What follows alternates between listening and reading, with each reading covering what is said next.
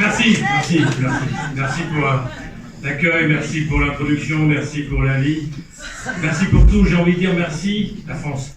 Oh non, Macron va appuyer. Il y en a qui chient sur ce pays. Et que c'est qu'ils sont nombreux. Peut-être ont-ils leur raison. Ici, je vois devant moi une assemblée de présidents et de présidentnes. Certains me connaissent, se gossent déjà. Et pourtant, vous ne connaissez pas mon programme, mais vous êtes prêts à voter pour moi. Pourquoi ? La force de la politique, de la chose publique, la force de la parole donnée. Je ne vous ai fait aucune promesse que je cherche. Si, le Macron Ball pour ceux qui suivent la rue de presse, et c'est vraiment l'a pas fait, c'est vrai, mais on va le faire. Voilà, on va le faire, merci. Alors, je voulais faire un format particulier, une sorte de conférence, débat, spectacle, où on est entre soi, un peu serré, un peu collé même, un peu intime presque, et parler un peu, vous connaissez, est-ce qu'il y en a qui laissent la revue de presse du monde moderne ? Est-ce qu'il y en a qui ne la connaissent pas ? Taisez-vous. Normalement, c'est qu'on est bien, donc on va pouvoir rigoler. Ensuite, vous aurez des questions, et puis on aura un passage un peu sérieux, puisque la revue de presse, vous le savez, il y a des passages rigolos, et puis des passages un peu sérieux aussi, des fois, où je pète un câble, où je suis triste, où je suis un peu atterré, où je... voilà, en ce moment, ça pue du cul, la France, quand même. Je sais pas vous, mais... alors, tu fais quoi, toi, le week-end ? Moi, je dessine des croix gammées sur les murs. Non. Si, mais c'est du street art. D'accord. Et toi ? Moi, je prends des barres de fer. Après, je vais voir si des fois, on peut pas ratonner tranquillement. Mais c'est pour la France. Ouais. Et toi ? Moi, je prends des couteaux, je tue des mecs, des jeunes, dans des balades populaires. C'est monstrueux. Et on n'avait pas besoin de ça, parce que avant ça, on a eu quand même le 7 octobre, le Hamas. Alors, est-ce que c'est une organisation terroriste ? Oui, c'est reconnu comme une organisation terroriste d'ailleurs, et on peut dire que le 7 octobre, c'était pas glorieux en termes d'acte de résistance, hein, c'était même une grosse merde. Ensuite, ce qui s'est passé avec Israël, c'est sûr que bon, raser Gaza, là tu fais c'est peut-être pas la bonne stratégie. Mais dès que tu parles de ça, tu vois, plus personne rigole. En même temps, c'est normal. C'est pas rigoler, quand même, il y a beaucoup de morts et tout, c'est pas drôle. Imaginez, là, j'ai pris la presse, parce que c'est mon boulot. Après, voilà. Ouais, c'est bien public. J'ai pris bien public. Oh non.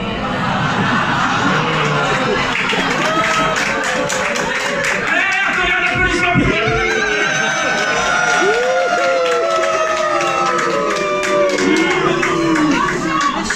Ah non, je vois des séditieux, des factieux, qui n'aiment pas la presse.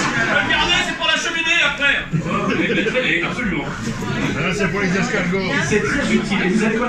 Non, mais... Attendez. Sans une presse libre et indépendante, il n'y a pas de démocratie possible. Donc, réjouissons-nous.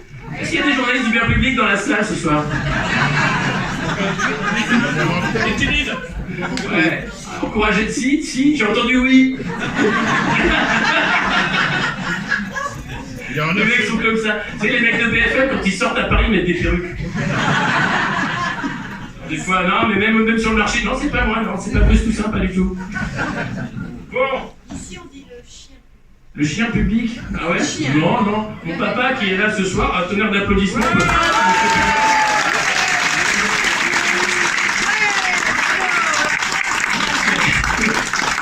Mon papa, il n'est pas abonné, mais tous les jours, il achète le bien public. Non, c'est vrai, et alors il le lit et tout, et en plus il commente sur le forum et il censure tous ses posts sur le forum. Parce qu'évidemment, il a un peu mauvais esprit comme son fils. Et là, tu prends la couve, et là, c'est quand même Dijon, tuerie de masse, 2 points. Wouhou ! Un exercice pour se préparer au pire. Ah! Oh là là, j'ai eu peur, putain. Non, tout va bien. Et c'est quoi ? C'est juste qu'au stade Gaston Girard, ils ont invité le GIGN, les mecs sont en costume, ils ont les gros flingues et tout. Ils ont déguisé des mecs qui leur ont fait des déguisements comme quand tu fais la zombie walk, tu sais. Ils ont éventré pour de faux. Je te jure, le truc, je sais pas combien ça coûte, un pot. Hein. Demandez à Red combien ça a coûté ce truc, mais c'est pour se préparer pour les JO. Ça va être une tuerie.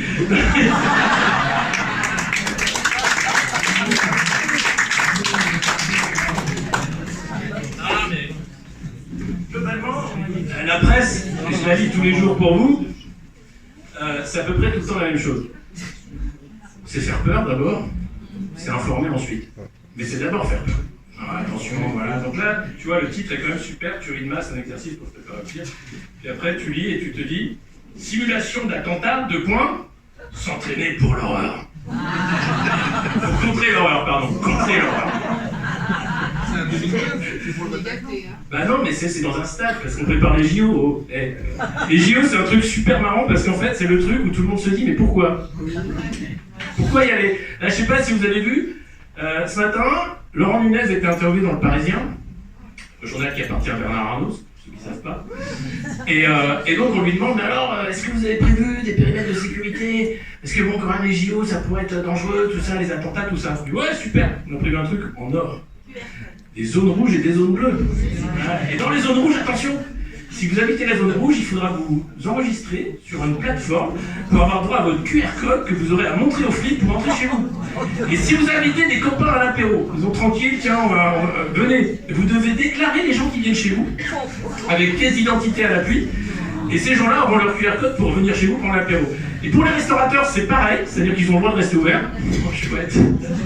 Ah bah non, bah, les mecs devront dire, je vais au restaurant, sans QR code, t'y vas pas.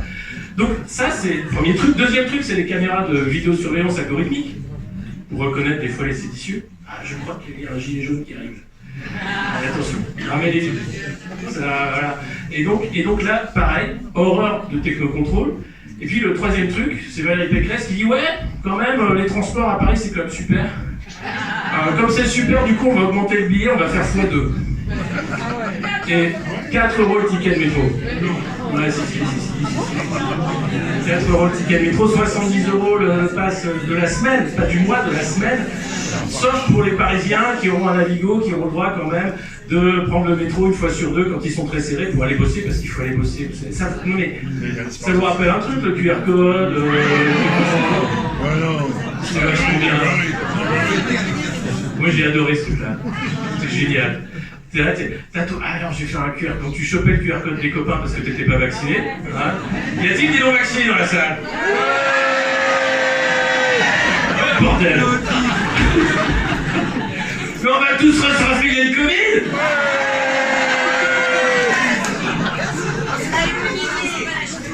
Y'a pas Noël. Non, rigolez.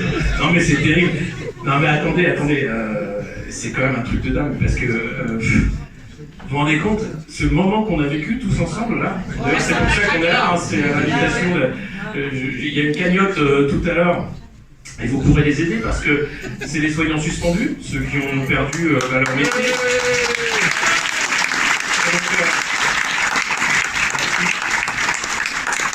Donc c'est grâce à eux qu'on est là, SPS, Réinfo Covid bien sûr, le syndicat Liberté Santé qui est en train de mettre les médecins de plateau devant leur interdiction. Et puis, c'est grâce à eux qu'on va peut-être pouvoir quand même limiter la prochaine grosse connerie, parce qu'il y en aura une, on rassure tout de suite. Mais peut-être que là, non, tu vas pas y aller quand même. J'hésite quand même, c'est un gros virus qui fait mal. Non, cette fois-ci, t'y vas pas. Non, je sais pas. Voilà. Donc on a vécu un moment totalement dingue. Moi, j'étais un des rares à hurler sur le pass vaccinal en pensant que c'était déjà un syndrome d'une société totalitaire, avec en plus le principe du bouc émissaire qui est terrible. En ce moment, on parle de la résurgence de l'antisémitisme, du racisme, de l'horreur que c'est, mais comment ont été traités les non-vaccinés à l'époque? Comme des boucs émissaires. Comme une partie de la population qu'il fallait, à la limite, éliminer, ça n'aurait pas gêné grand monde. Et quand tu vis ça, tu te dis, le basculement totalitaire, on l'a vécu. On l'a vraiment vécu. Et on l'a vécu dans une douceur. Un truc, mais personne n'avait l'impression que c'était un basculement totalitaire. Tu vois, non, mais ça va, c'est bon, c'est juste une petite piqûre. Hein. Ouais, non. Ouais, moi je bois pour oublier. Alors, il faut boire avec modération.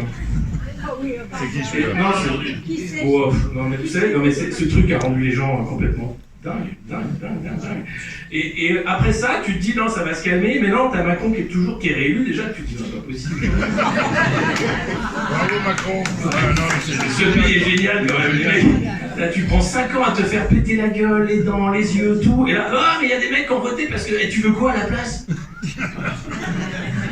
Mais rien, putain! Un président, putain, à la limite!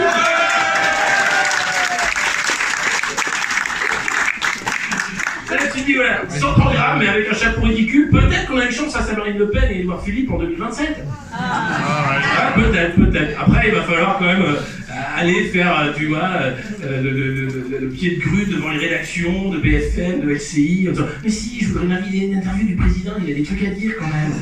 Plus que Gérald Darmanin. Gérald Darmanin.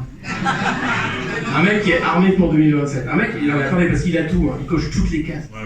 C'est un enfant d'immigrés qui a travaillé dur, qui a la méritocratie. Il a chopé des nanas, il leur a demandé.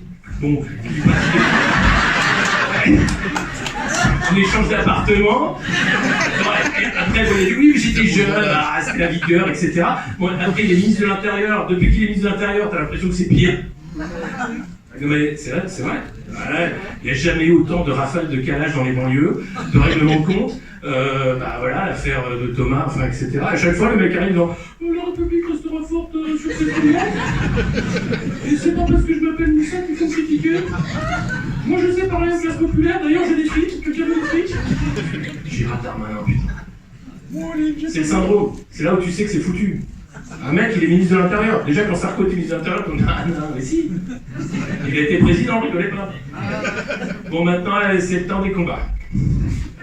C'est ça que je veux que c'est plus compliqué. Bon, attendez. Je vais mettre dans la bouche du personnage. Parce que j'ai foutu les valises de fric.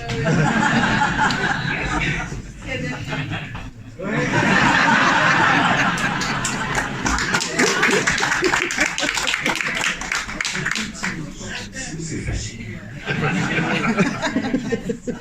Exactement. C'est heureusement qu'il y a encore des gens de ce pays qui gardent quand même conscience de ce que c'est d'être français. Parce que croyez-vous que le retour de Jérôme Cahuzac soit fait à dessein pour occuper un instant l'opinion publique, pour qu'il oublie que l'ancien président que j'étais est encore devant les juges de manière hebdomadaire? Je crois pas. La chance que j'ai, c'est que les gens m'aiment bien. Je fais des livres. Je raconte mon expérience de président que j'ai fait avec cœur. Un moment difficile, la crise de 2008 quand même. Et je vois la difficulté qu'a Emmanuel Macron de faire ce mandat. Je vois aussi les Français qui sont dans l'attente. Et qu'est-ce que c'est que la morale? Ah bordel!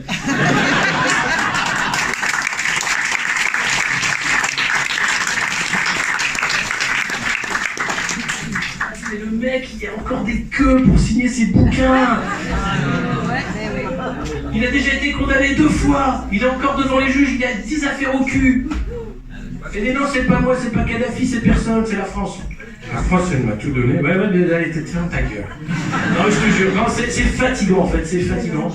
Et c'est vrai, je m'assois tellement c'est fatigant en fait. De voir les mecs, tous les jours, là, ils nous ressortent Manuel Valls, François Hollande. Il y a une terrasse, quoi. Sarkozy. Et là, le moment où ils ont sorti Cahuzac lundi sur France Inter, j'ai fait. Ah, les mecs, vous êtes joueurs. Hein. Ouais.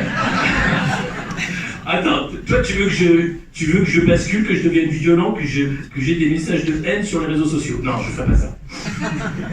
Non, je vais rester honnête. Je pense que Jérôme Cahuzac a tout à fait le droit de revenir, déjà, c'est le droit de notre République exemplaire qui permet à quelqu'un qui a purgé sa peine, qui a expliqué pourquoi il avait fait ça, menti devant tous les Français, droit dans les yeux, ministre du budget, ayant un compte en Suisse. Bon, et alors? Merde, quoi! Qui n'a pas un compte en Suisse? Oh! Voilà. Non mais c'est ça, mais la France n'aime pas les gagnants de toute façon. C'est un pays de petits, c'est un pays de jaloux, c'est un pays de rageux, c'est un pays de merde en fait. Regardez Macron, son rêve c'est d'être président des Allemands. C'est vrai? Dès qu'il fait un discours c'est pour dire ah vous puez un peu de la gueule les Français quand même. Regardez en Allemagne comme c'est bien. Enfin, moi maintenant avec le SCAF, le projet d'avion européen, etc. Moi, non mais il aimerait être président d'un autre pays, clairement. Je sais pas. Les États-Unis. L'Europe, c'est pas un pays. On en parlera tout à l'heure, mais non. Faut tout recommencer avec vous. Bon, alors. Clovis. Alors bon. Le Saint-Empire romain germanique, ça vous dit quelque chose? Bon. Ah là là, c'est compliqué, non mais voilà, c'est compliqué. Et c'est vrai qu'avec voilà, K1, on essaie de commenter cette actualité et de se dire, mais qu'est-ce qu'on peut faire? Et c'est vrai que voter pour le président n'ira pas loin, parce que je pense pas qu'on pourra avoir 500 signatures, malheureusement. Bah ça dépend, y a-t-il des élus dans la salle? Non. Soyez courageux pour une fois, putain. Bien testé. Voilà, c'est plié. Tu vois, Édouard Philippe, il fait un meeting comme ça, il n'y a que des élus. Qui l'a Il dit, choisi? voilà, on a fait un truc, c'était énorme. C'était un meeting de campagne, c'était formidable. Moi, je fais un meeting, voilà, il n'y a pas d'élus, quoi. Mais merde, bougez-vous, putain, mais faites-vous lire, merde. On dirait Macron, tu sais, le mec, même pas élu, c'est déjà Macron, quoi. Ouais, c'est on est allé au spectacle de Poulain, il a fait que nous insulter, c'est scandaleux. Là aujourd'hui Macron il a fait les obsèques de Gérard Collomb, l'ancien maire de Lyon qui est mort, je sais pas si vous savez. Il avait un cancer, tout ça, il est mort. Et il a fait une oraison funèbre et là tu te dis, ce mec aurait dû être prêtre. Mais vraiment, il joue mal, il est toujours fringué, tu vois, il a une gueule et il aime en fait la douleur. Il dit voilà, ce mec aurait dû être prêtre. Il a totalement raté sa vocation, c'est la faute à Brigitte, elle l'a totalement dévoilé. Il était au séminaire, et hop, hop, hop, hop, hop, hop. On m'a dit non, ne parle pas de Brigitte ce soir.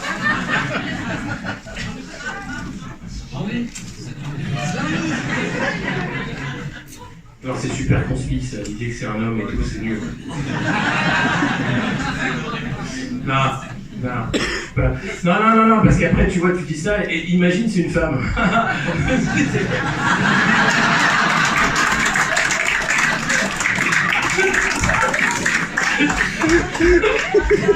Ah, désolé.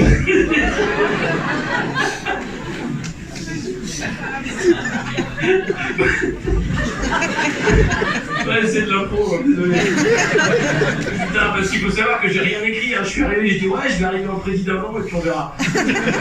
Visiblement ça marche, vous rigolez, ça va? Ouais. Bon, alors, l'idée était quand même de parler un peu sérieusement, mais on n'est pas obligé. On se fait afficher comme ça la journée et tout. Et après de répondre à des questions sérieuses et tout.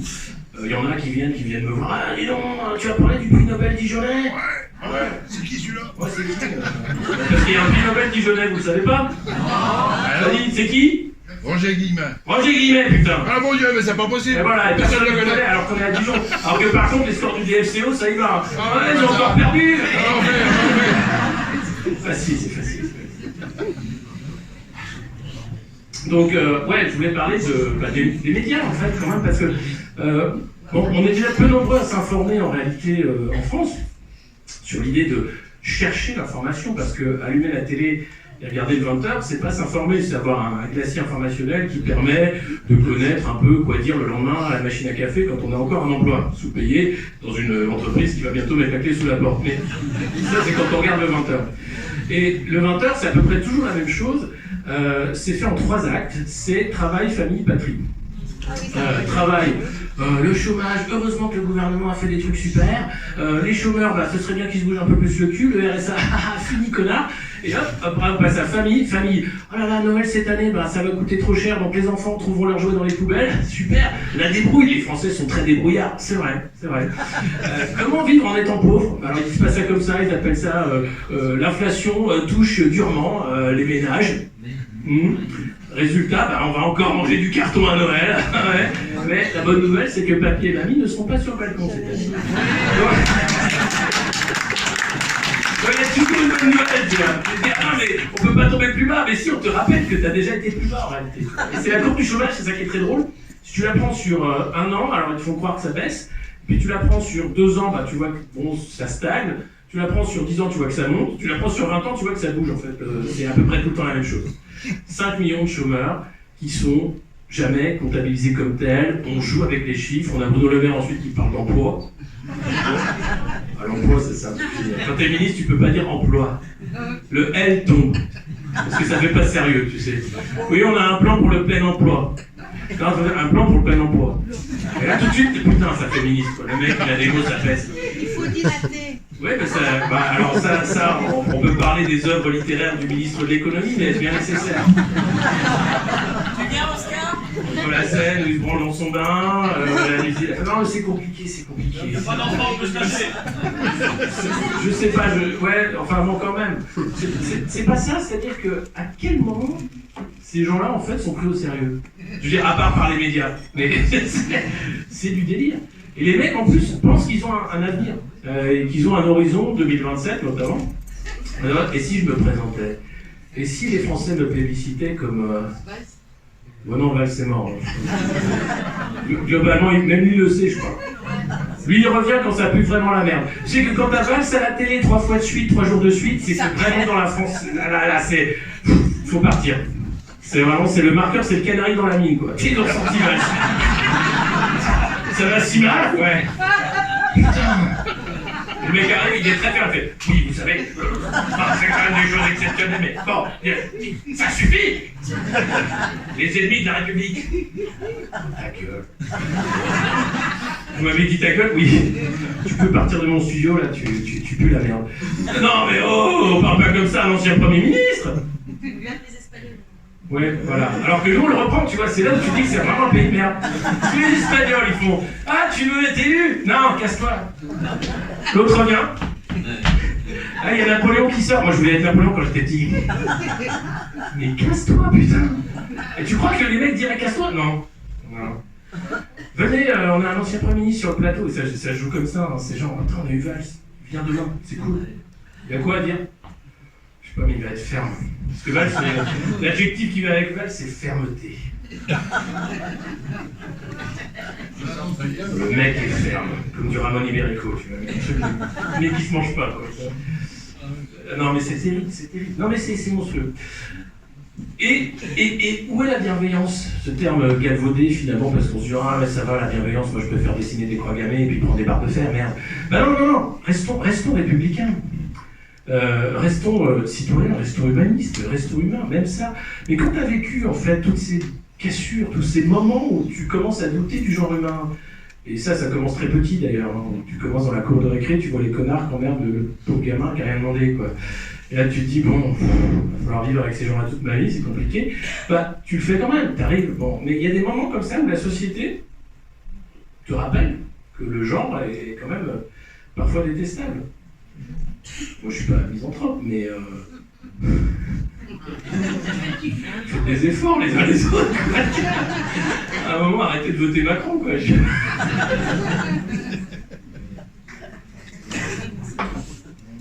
Ah non, c'est pas truqué les élections, n'importe quoi. Non, c'est pas parce que Bernard Arnault décide qui va être président que c'est truqué. Non, à un moment, t'as un mec qui a beaucoup d'argent qui dit lui je le veux dans mon équipe. Tu vois? D'ailleurs, Edouard Philippe, alors je le voulais avant quand il avait encore des cheveux, mais non, je veux l'autre maintenant, l'autre là, Attal, il est bien, Attal, Gabriel Attal, il est bien lui. Les jeunes, il y a des petits costards, les vieux l'adorent, c'est super, je veux Attal. Et là, les mecs vont mettre un paquet de fric pour les sondages, ils vont faire des couvertures avec lui, ils vont dire ah, Gabriel Attal, ce ministre de l'Éducation qu'on attendait tous. C'est vrai que c'est mieux que Pape Ndiaye. C'est Pape Ndiaye. Je suis plus ministre, mais on peut parler d'ici si vous voulez. Ah putain. Le moment Pape Ndiaye, c'était quand même, tu te dis, mais on va où avec l'éducation nationale? Ouais, il a l'OCDE, il a le même boulot que ministre, mais en mieux. C'est-à-dire qu'il a même plus besoin de parler aux médias. Avant, tu sais, Pape Ndiaye, il disait, il faut que tu fasses une radio demain. Alors moi, j'aimerais parler de la place de l'homme noir dans la société contemporaine, et puis de la place de l'éducation, et du zizi.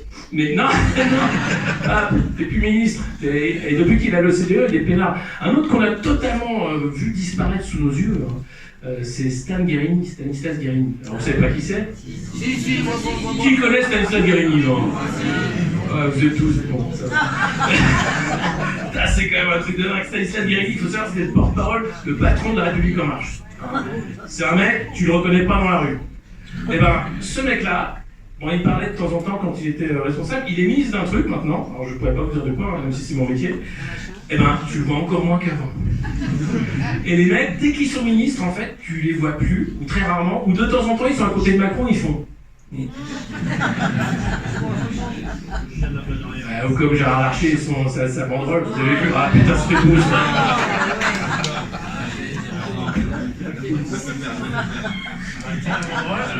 Au micro, mais si je peux pas te faire. Ils sont comme ça contre l'antisémitisme, ils sont pleins et tout, c'est super. T'as tous les mecs qui sont tout bien. En raison, d'ailleurs, il faut les contre l'antisémitisme. Et donc, bon, après, t'es pas obligé d'être à côté de Gérard Larcher. Mais imagine, t'es là, t'as Valls, t'as Sarkozy, t'as Hollande, t'as Gérard Larcher, t'es là. Il tient la banderole, puis à un moment, il chante la Marseillaise. Allons, enfants de la page. Gérard Larcher se retourne, il fait un peu de l'orchestre et tout. Puis à un moment, il lâche la banderole pour applaudir. Il se rend compte que la banderole tombe. Alors il reprend la banderole et il fait comme ça. La vidéo existe. La vidéo existe, c'est vrai. C'est le deuxième personnage de l'État. C'est le Non mais, après on peut dire, effectivement, moi je suis assez fier de... Non, parce que vous avez l'impression que j'aime pas ce pays, que je suis quand même quelqu'un d'assez sombre, etc. Non, je suis plutôt optimiste. Je pense que le pays a une force quand même, les Français se tiennent, quoi. Ça partira pas en guerre civile. C'est pas parce qu'on a Zemmour qui va dire « Ah, les Arabes, les Arabes, les Arabes !» et Marion qui va dire « cœur de civilisation » que ça va partir en couille. Non, c'est débile. Et de l'autre côté, t'as Mélenchon qui va dire « Ah, le Hamas !» Je ne connais pas, moi, le Hamas. Non, mais t'as raison. Écoute. Ben, rien. Crime de guerre. Et globalement, les gens se tiennent. Tu vois, c'est pas parti quand même en vrille. Ils ont juste fait des tags. Alors, visiblement, c'est un Bulgare qui a payé des mecs pour faire des étoiles de David. Ah non, c'était en soutien d'eux. Alors que bon, c'est des bons gros faves qui ont fait des croix gammées. Hein. Et après, les mecs vont arriver et vont dire c'est l'ingérence étrangère, c'est terrible. Enfin, c'est des faves qu'on a élevés au grain chez nous. Hein. C'est pas. Faut arrêter avec l'ingérence, quoi. Non, parce que le gros problème, c'est les réseaux sociaux. Qui a Twitter? X. Ça va, vous êtes 12, autant qu'à connaître Tamierini. Mais c'est le réseau, vraiment, c'est plus rigolo, quoi. Vraiment, tu peux vraiment dire n'importe quoi. Comme sur les autres, mais tu peux en plus te fighter un peu plus. Et on a Gros Lardon. Ah, Gros Lardon, mais c'est pas celui qui a... Vous avez vu que Gros Lardon, vous connaissez pas non plus. Hein. Si, Gros Lardon, c'était le chef des FAF à Romans-sur-Isère. D'ailleurs, il y a un Côte d'Orient qui était dans la banque, il a interdit de retourner dans la Drôme. Chier. Parce que la Drôme, c'est chouette, moi, j'ai dit, c'est bien. Ben, il y avait un Côte d'Orient qui a pris 6 mois de tôle direct parce qu'il est allé marcher à Romans-sur-Isère tranquillement pour faire un petit message. Bref, Gros Lardon, c'était le chef de l'organisation de la ratonnade, même s'ils appellent pas ça comme ça, ils appellent ça une manifestation identitaire, nationale. Enfin, ils ont des noms pour dire que c'est... Non, on n'est pas des néo-nazis. Moi, c'est pas du tout un brassard nazi. Non. Ah si. Ouais, mais c'est parce que je veux le vendre sur le bon coin. Ah d'accord. Ok, et alors Hitler a fait des très bonnes choses pour les chiens. Ah ouais. Non, t'es néo-nazi en fait. Mais pas du tout. Putain, mais le niveau les gars. Et donc Gros Lardon, c'était son pseudo. Bah, je trouve que c'est bien trouvé.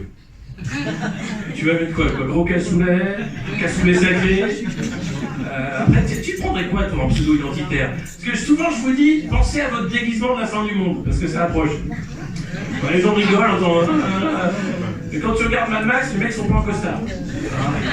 Globalement, ils ont des pantalons en cuir, des côtes de mailles, tu vois, ils ont des tatouages sur le visage, des gants, ils ont la moitié d'un bras, le reste c'est mitraillette. Toi t'arrives, t'es là avec ton jean, tu fais salut. Il reste à manger? Non, t'as l'air d'un con.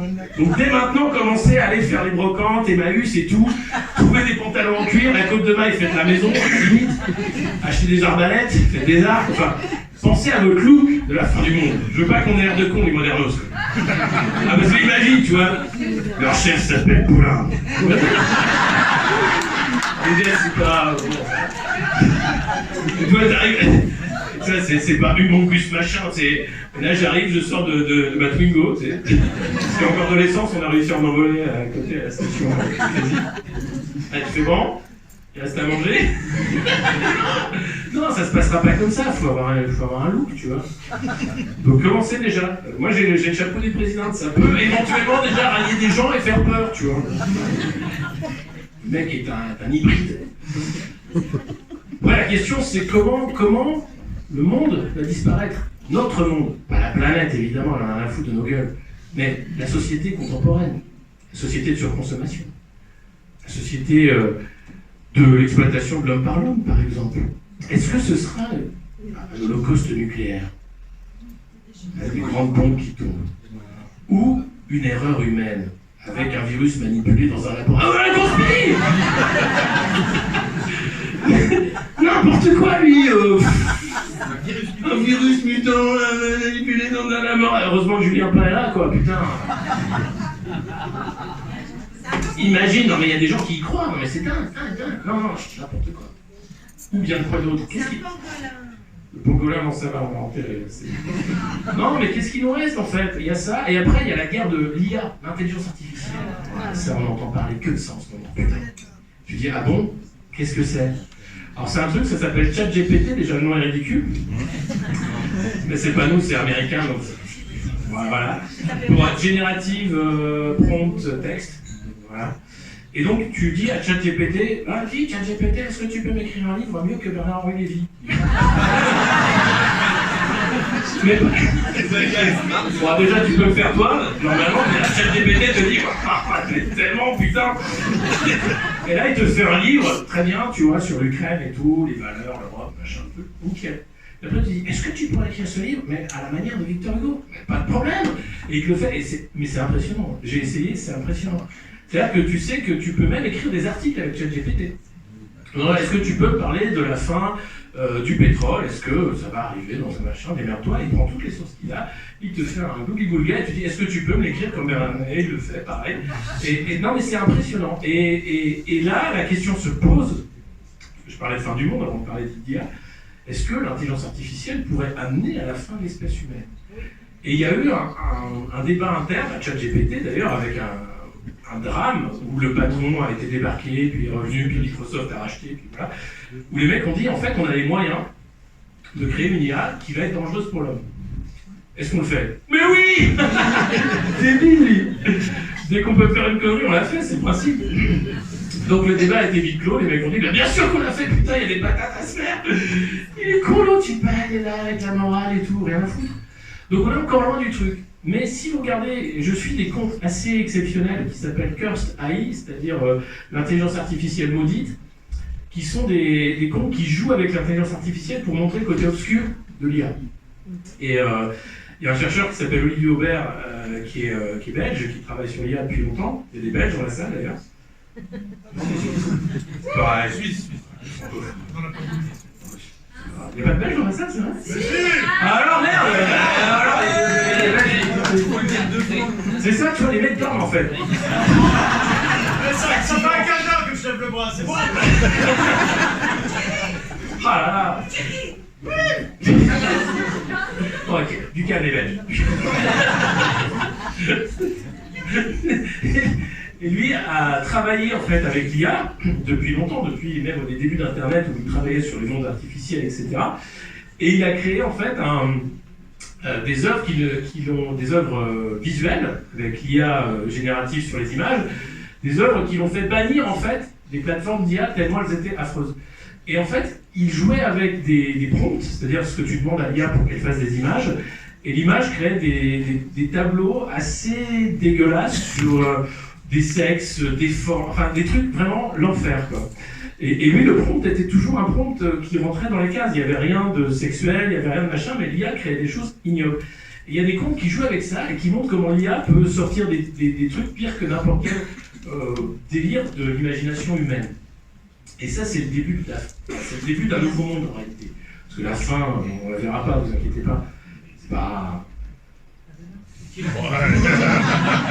Qui comprend bien se passer. Enfin, préparez quand même votre costume, hein, parce que mais globalement, vous mettez une petite malle avec, voilà, c'est là, je me déguiserai tel jour. Prenez pas trop de poids, parce que bon, on sait jamais le temps que ça prendra, tout ça.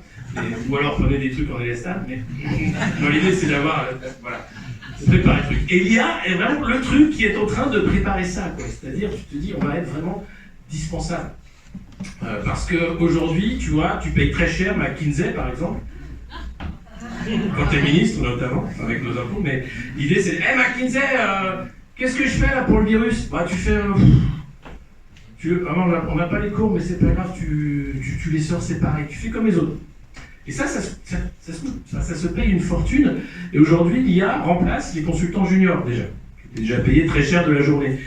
Donc le profit va faire que les métiers qui étaient des métiers qualifiés, parce qu'il y a toujours la question, oui, mais la désindustrialisation, vous savez, c'est les métiers peu qualifiés qui font qu'on va faire des usines à l'autre bout du monde. Aujourd'hui, les avocats, les consultants, les ministres, tout ça, on n'a plus besoin. L'IA peut tout faire. D'ailleurs, on le voit, hein, le nombre de discours où tu te dis, non mais c'est ChatGPT. C'est pas vrai. Elisabeth Borne, déjà, tu sais que c'est un truc qui est généré artificiellement. Quoi. Le truc, ça va qu'elle vapote, mais déjà tu fais bonjour, 49.3. 49.3. Ah putain, 49.3. 49, alinéa 3. Est-ce que vous savez c'est le combienième 49.3 déjà mis? Ça va, il y en a qui filent. Est-ce que vous savez c'est pourquoi? Budget de la sécu, absolument. Non mais alors là tu te dis, mais alors pourquoi on vote? Ah, bah, non mais c'est vrai, non mais c'est un vrai truc quoi.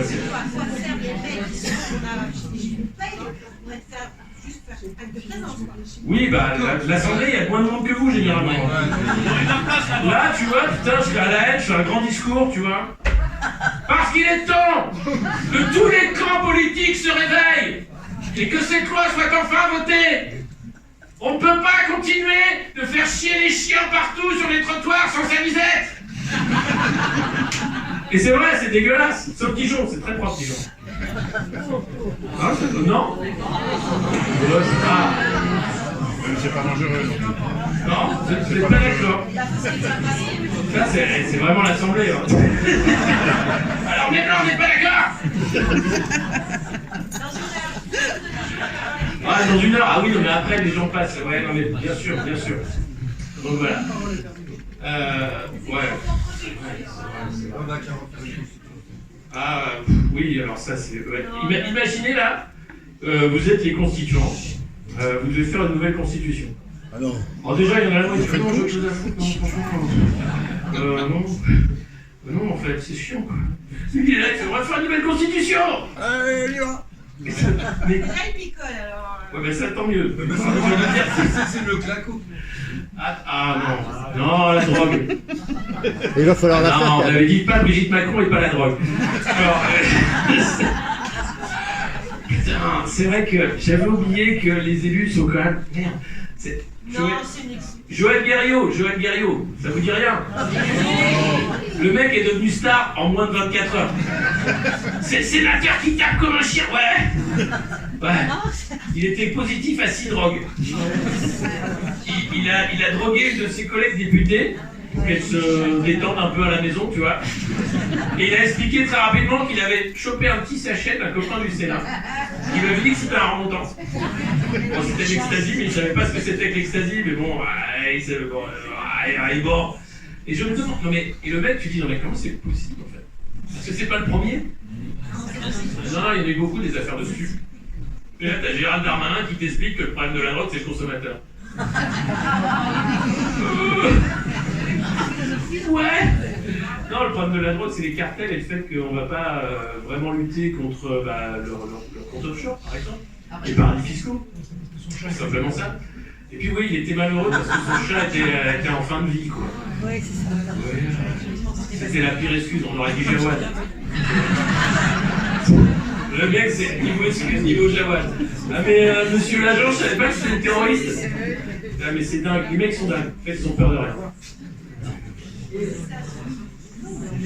Bon, bah attendez. Est-ce que vous voulez poser des questions ou pas? Est-ce que j'ai assez parlé? Ouais.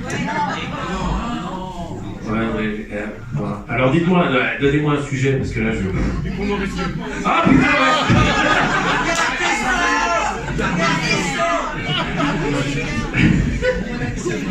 Formidable avocat. Éric Dupond-Moretti. que certains appellent, avec un peu d'espièglerie, Éric Dupond-Maserati. Il s'était payé de Maserati avec du cash que lui avaient filé les malfrats qu'il avait défendus avec panache. Parce que c'est acquittator. Dupond-Moretti, c'est le mec qui te fait acquitter les pires crapules. Tu vois, Norman Delandais et Henri Moretti, il serait tranquille. Limite, on l'aurait plein. Voilà, une enfance difficile. Ça sert à rien acheter à Monaco. Ouais, peut-être. Certainement. C'est dingue. Et là, on a Dupond-Moretti, donc ministre de la Justice en exercice, qui est passé devant la Cour de justice de la République et qui a été relaxé. Il y aura une deuxième partie. Quelle surprise! Il y aura une suite du procès en janvier, mais il a été relaxé tout simplement parce que oui, il a fait de la merde, mais il savait pas qu'il faisait de la merde, donc bon, ça va. Ça va. Et non mais c'est à peu près ça. Et la Cour de justice de la République, tu te dis mais c'est quoi ce machin? Est-ce que c'est la plus haute cour, la plus dangereuse, celle qui juge la plus méchamment? Non, c'est tout l'inverse en fait. C'est le truc qui a été organisé pour faire que les ministres du sang contaminé n'aient aucun problème. Et les mecs ont dit on va faire une juridiction d'exception avec des parlementaires, donc des sénateurs, des députés, quelques juges, et on va prendre les ministres et on va dire c'est pas bien ce que t'as fait. Ouais, pas pire que ce que t'as fait toi. Ouais, c'est vrai. Ouais. Alors, du coup, c'est bon, hein. Tu te fais discret une semaine, tout ça, puis on se retrouve tranquillement à la clôture des Lilas, on en parle tout à l'heure. Voilà, c'est ça, la CJR, c'est Saint-Germain qui rend la justice, tu vois. Enfin, Saint-Germain-des-Prés, quoi. Là, tu fais, waouh, il n'y a pas un ministre qui a été condamné avec ce truc-là, quoi. C'est l'organisation de l'impunité. Et quand tu dis ça, c'est populiste, hein, c'est dégueulasse, parce que tu dis non, parce que c'est super bien fait, parce que c'est un truc qui a été pensé pour justement qu'il n'y ait pas de justice d'exception. Alors que Fafi, qui est dans les rues avec sa barre de fer, c'est Simon Taule direct. Alors que Fafi, il est avec sa barre de fer pour enlever les déjections canines. Elle demandait, allez, je vais des crottes de chien dessus la jambe. Et c'est quoi ce tatouage? C'est une rune. Dis donc, ta rune, elle ressemble vachement à une croix gammée. Ah oui.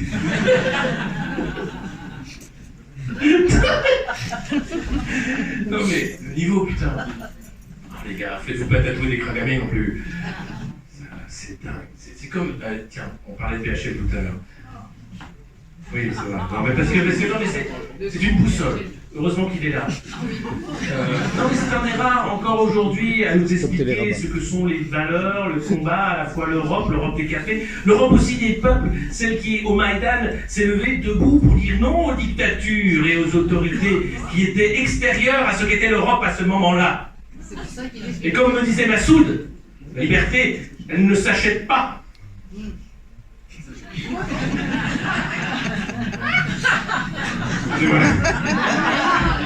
Et comme me disait Massoud, le mec il fait moins 15, je l'ai croisé, il a ses deux gardes du corps black et tout. Chemise ouverte jusque là, tu fais putain mec, il a des super pouvoirs, moi je vous jure. Rien de la plus blanche.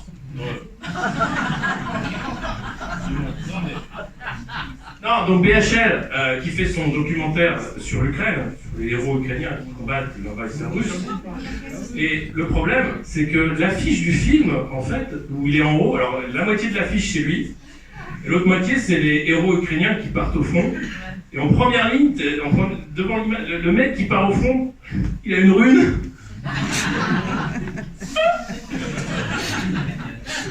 C'est un soleil noir. C'est le... Oui, c'était dans le château de Babelsbourg, où ils formaient les SS dans le... C'était le... Non mais c'est dingue. Au premier plan, tu vois, c'est même pas caché, c'est même pas les mecs se sont dit non mais enlève-le quand même, ça fait tâche. Non.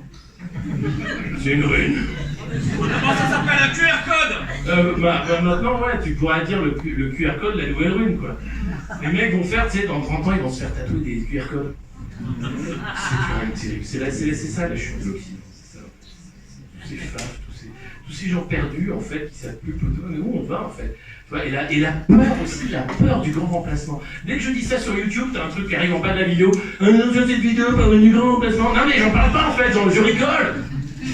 Parce que les mecs, tu te dis, non mais attendez, comment ça va fonctionner? Est-ce qu'on va faire un ministère du grand remplacement, un office du grand remplacement, tu vois? Les mecs arrivent, oui, bonjour, bonjour. C'est le ministère du Grand Remplacement. Écoutez, monsieur Michel, votre boulangerie vient d'être saisie. Oui, vous allez être obligé de la quitter et vous allez être remplacé par la famille Diop. Ça va se passer comme ça? Mais non, pas du tout. Les mecs ont peur de ça. Pourquoi? Alors, c'est Gros Lardon qui avait cette insécurité sexuelle. Disant, oui, mais parce que les femmes, elles aiment les gros zizi de noir. Alors nous, on est complètement niqués, quoi.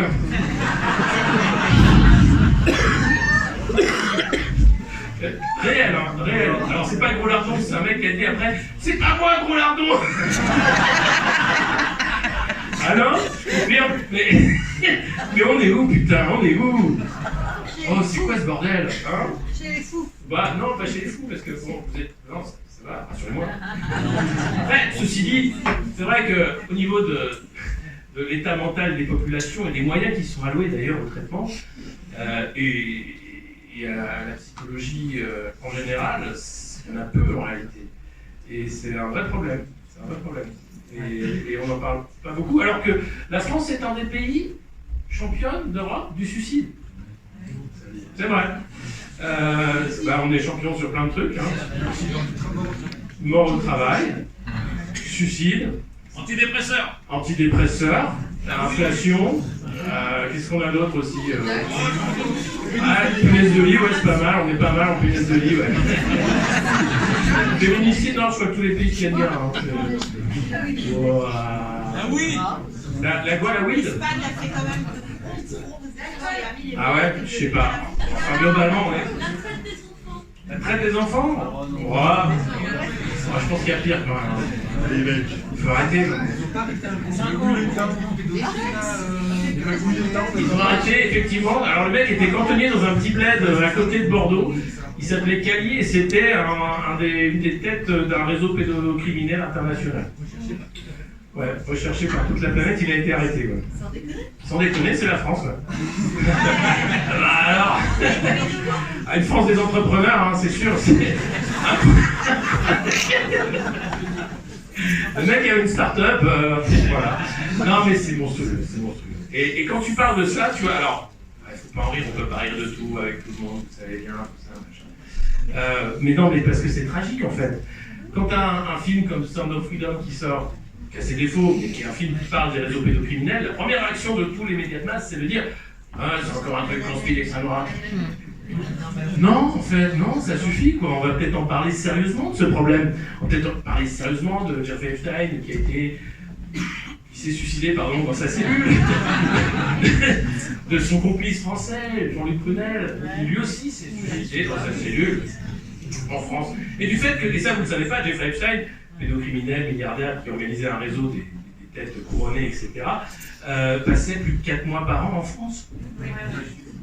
Voilà. C'est sûr que quand tu étais en France, il faisait rien. Ouais, c'était les vacances du pédo. Comme Matzneff d'ailleurs, hein, Gabriel Matzneff, l'homme qui était très fier d'écrire dans ses livres « J'ai enculé un gamin de 9 ans, tiens, ça va peut-être faire un Nobel cette connerie. » Le mec n'a pas de procès, toujours pas. Alors qu'il écrivait toutes les exactions qu'il faisait au gamin. Ah ouais. Oui, bien sûr, mais pas que, non, c'est qu'il il était encore cet été chez Gallimard pour un passe-fesse. Tout va bien, tout va bien. Là maintenant c'est Coué qui est dans la sauce. Ouais, Coué. On dit comment Coué? 3 plaintes. Lui a porté plainte pour diffamation, extorsion. C'est quand même la brigade des mineurs qui est à la manœuvre, parce qu'il y avait une femme maintenant, mais qui était mineure à l'époque des faits. Ouais, Morandini, bien sûr, qui est à l'antenne. Enfin, je suis allé chez Morandini. Vous savez, à une époque, je passais à la télé. Vous voulez que je vous raconte? On prenait plein de coke et tout, c'est super, non? C'est pas comme ça à la télé, sauf c'est Hanouna. Ah, t'arrives à TPNP, t'as le pochon direct. Hein. Tiens, allez, il faut que tu sois bon. Non, j'ai fait 2 fois Hanouna. Alors ça, c'est dingue. Parce que c'est les studios de Nulle part ailleurs. Vous vous rappelez l'émission Nulle part ailleurs? Comme c'est Canal Plus au Canal. Donc c'est vraiment la télé à l'ancienne. Donc t'arrives, t'as 4 stagiaires avec des micros qui te récupèrent. Ensuite t'as ta loge avec ton nom. T'as des Twix sur la table et tout. T'as pas de drogue. Pas d'alcool non plus. T'as que du Coca-Cola, de l'original et des trucs comme ça. Puis après t'arrives en plateau. Et là le plateau en fait, Le sol, c'est un écran, derrière, c'est un écran, devant, c'est un écran, t'as un public qui est chauffé à blanc, qui sait pas pourquoi il est là, et t'as tous les chroniqueurs qui sont plus cons les uns que les autres, c'est un truc de dingue, qui s'envoient de l'eau et tout, qui font des blagues, et toi t'as fait « Bonjour, je suis content de vous avoir », et tout, merci monsieur. Et là, tu parles 1 minute. Tu restes 20 minutes en plateau, tu te dis et je suis pas Maximus, hein. Je suis pas venu ici pour me battre et pour me mourir. Et c'est du délire. Et c'est halluciné et hallucinant cette émission. Et après tu sors, et là t'as les to be free qui rentrent. Et là tu fais putain. Ouais, je vais aller dîner, moi, c'est bon. Je suis lassé. Ça, c'est mon expérience de télé la plus dingue. Après, t'as les télés où tu fais non, mais BFM aussi. Ouais. C'est pas mal BFM parce que t'as tout Paris qui s'y croise avant d'aller dîner. Ou après, ça dépend. Le pire que j'ai fait quand même, c'est qu'il m'avait appelé un truc à un moment pour parler. Je sais plus, c'était un conflit social et tout. Et j'étais à l'apéro, mais c'était bien entamé, tu vois, il était genre 22h. Donc j'étais complètement roulé en vrai. Et là, j'y vais. Et je dis, bon, ça va être une catastrophe, je suis de la bouche pâteuse. Ouais, des raffiles Turner et tout, non? Eh ben non, c'est pas gratuit parce que je vous racontais l'interview d'Affida Turner aussi. Et j'arrive et ça s'est pas vu. Et limite, j'étais bon. Et là, tu dis que c'est quand même une énorme escroquerie, quoi, parce que il y a des mecs qui sont payés pour faire ça. À l'époque, BFM, ils payent pas en fait. BFM, t'y vas pour faire ta pub. Tu vois, donc c'est un truc qui va gratos. C'est un placement de produit. Ouais, tu dis voilà, bonjour, je m'appelle Alexis Poulain, si vous aimez bien ce que je fais, venez voir, c'est la revue de presse du monde moderne, machin. Et donc ça permet comme ça des gens qui disent c'est qui lui il est nul. Tu vois ce genre de truc, quoi. Non, parce que. Et ça sert qu'à ça, donc tu touches des millions de personnes, ce que tu ne fais pas, tu vois, sur YouTube, sauf si vraiment un gros compte, truc, machin, mais ça permet ça. Et je sais plus ce que je disais en fait. Morandini. Ah ouais, Morandini, j'y suis allé aussi, avant qu'il soit mis en examen, etc., qu'il y ait des procès. Et alors là, c'est le plateau le plus cheap du PAF, quoi. Le truc est dingue, c'est un fond vert. Donc t'imagines, tout est vert. Un fond vert qui a de l'âge, donc tout est vert, mais avec des taches. Ouais. Une table blanche comme ça, pareil, blanche-grise, machin, avec des tabourets où t'es mal assis. Le mec arrive, alors, et c'est dans des sous-sols en fait. Ouais. C'est pas assez news en fait, il a pas le droit d'y aller.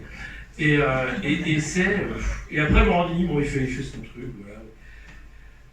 Et tu te dis, tu peux faire de la télé low cost en fait, bon, ça, tu as des idées après. Mais dans la télé, c'est quand même un truc de dingue, c'est vrai. Et c'est. Éteignez-la! C'est vrai, merci. Kill Your TV, c'est une superbe chanson des Neds Atomic Dustbin, si vous ne les connaissez pas.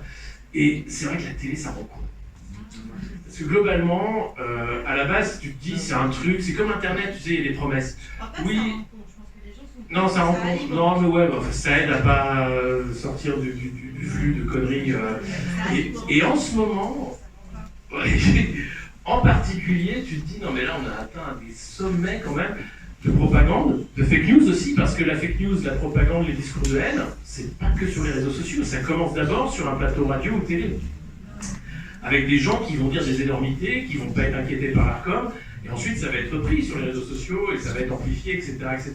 Mais vous avez par exemple Dominique de Villepin qui va chez Quotidien, et qui dit, suite à un reportage sur les actrices et acteurs américains qui se sont fait censurer leur contrat parce qu'ils ont pris position pour les Gazaouis, qui dit on a un problème avec ceux qui tiennent effectivement avec la finance, qui dictent sur les contrats, etc. Et BFM qui dit voilà, Dominique de Villepin a dit on a un problème avec la finance juive qui dicte les trucs. Il n'a jamais dit juif dans ce qu'il a dit. Donc là, il se fait pourrir en disant Dominique de Villepin, antisémite, etc. C'est scandaleux, comment peut-on dire des choses pareilles? Il ressort le protocole des stages de Sion, c'est dégueulasse. Et BFM, qui a fait sa fake news, fait juste un entrefilet pour dire oh désolé, On s'excuse. on a dit de la merde, mais en même temps vous êtes habitués. Et c'est délirant, parce que c'est ça tout le temps. Et quand vous avez un mec de la France Insoumise qui est invité en plateau, et t'arrives, tu fais bonjour, monsieur France Insoumise, bonjour. Alors vous êtes un gros enculé ou non? Vous êtes quand même un gros enculé ou pas? D'accord, vous êtes un gros enculé, vous souvenez de la Hamas, hein? Mais non, mais j'étais venu pour parler de la... Non mais, est-ce que le Hamas ou pas, c'est des gros enculés comme vous? Et là, tu fais, merci monsieur BFM. Et là, t'arrives, non mais on n'est pas du tout des enculés comme ils ont dit. Non mais c'est trop tard. après, t'as Marion Maréchal qui arrive. Bonjour. Bonjour. Bonjour Marion, ça va? Alors, c'était bien le cheval? Ouais, super, super. Les Arabes, c'est des salopards? Ouais, un peu, ouais. Enfin, c'est pas moi qui dis, c'est vous. Hein. Ben voilà, merci, au revoir. C'est ça la télé. C'est délirant. C'est des discours de haine, mais qui sont déguisés sous un truc genre « J'interviewe une personnalité politique ». Merde.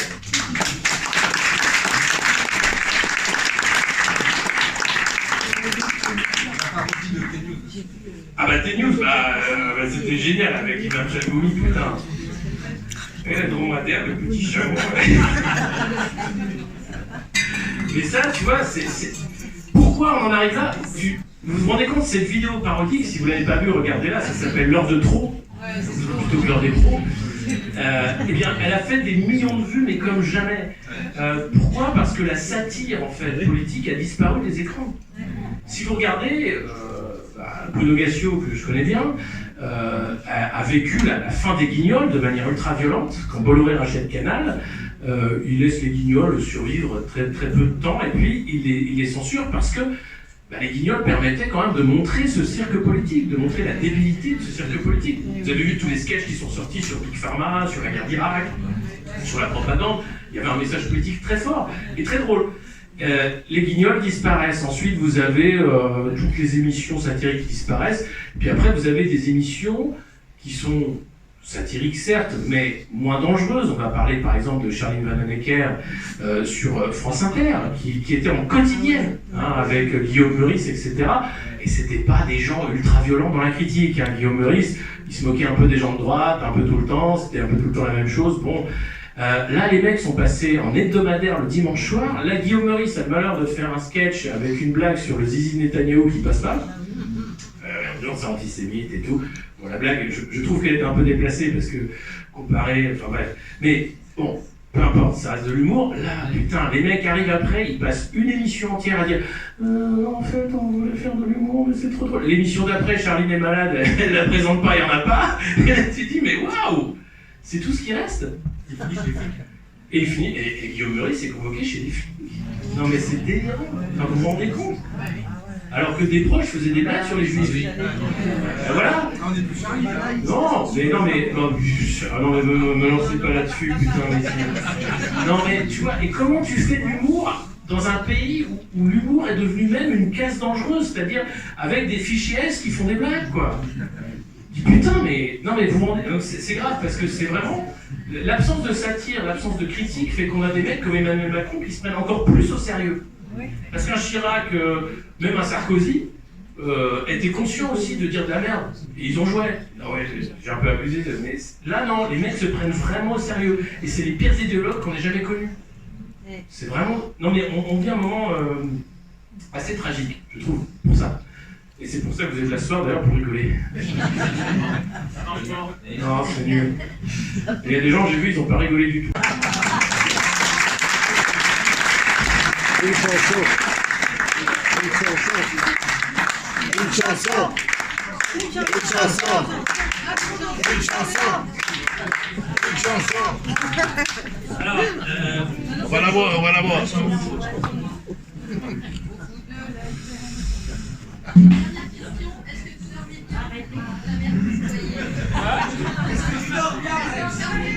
ouais, ça va, pourquoi? C'est quoi cette question, putain?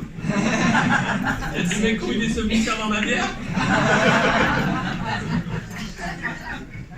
Y'a des députés ou des sénateurs dans la salle? C'est chaud, putain! Putain, les Dijonnais!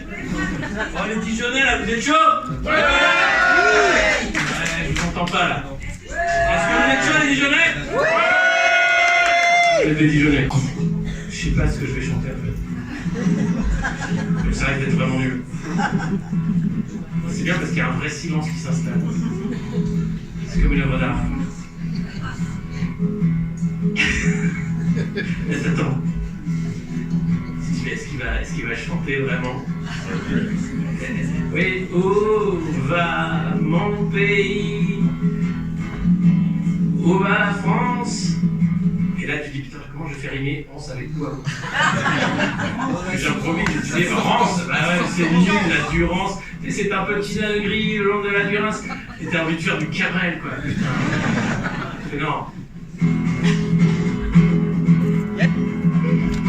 J'encule les communistes, j'encule les socialistes, j'encule les anarchistes et tous les fascistes, j'encule les héroïstes et les grands remplacements, j'encule la France, celle de mes parents. Et si vous n'êtes pas d'accord, tant pis. Parce que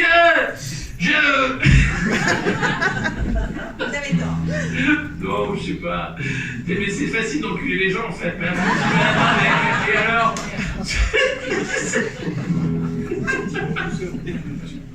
sauf Jean-Luc Mélenchon. Parce que ça rime avec cornichon.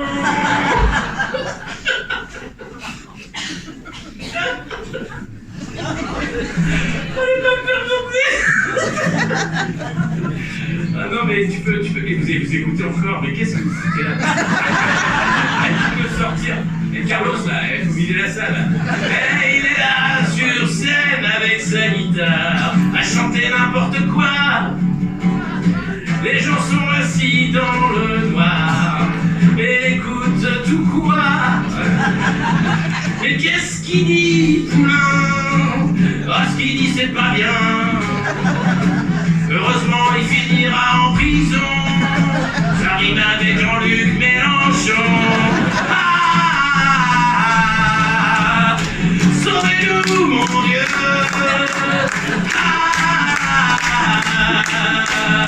Avant qu'on soit trop vieux.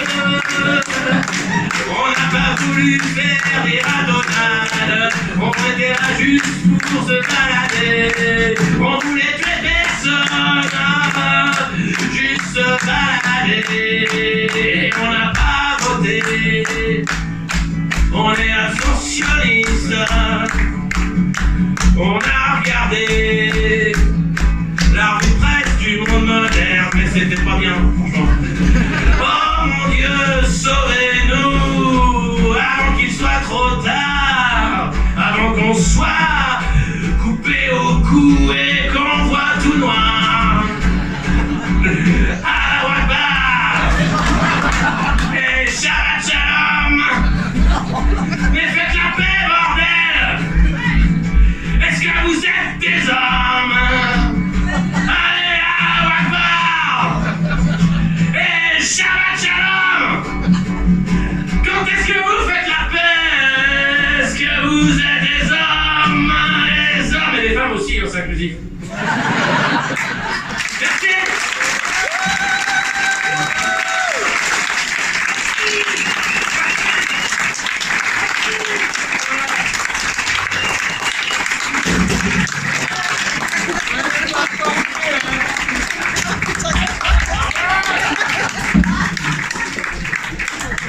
Merci beaucoup, bonsoir. On se retrouve au bar pour ceux qui peuvent rester. On va être très nombreux, je crois. Merci d'avoir été là. C'était un spectacle en improvisation totale. Merci à tous les syndicats de soignants suspendus qui nous ont invités. Il y a une cagnotte à la sortie. N'hésitez pas. Merci évidemment au Darcy Comédie pour nous avoir reçus. Nous, c'est délicieux et que vous êtes sages. Ah non, c'est incroyable. C'est chouette.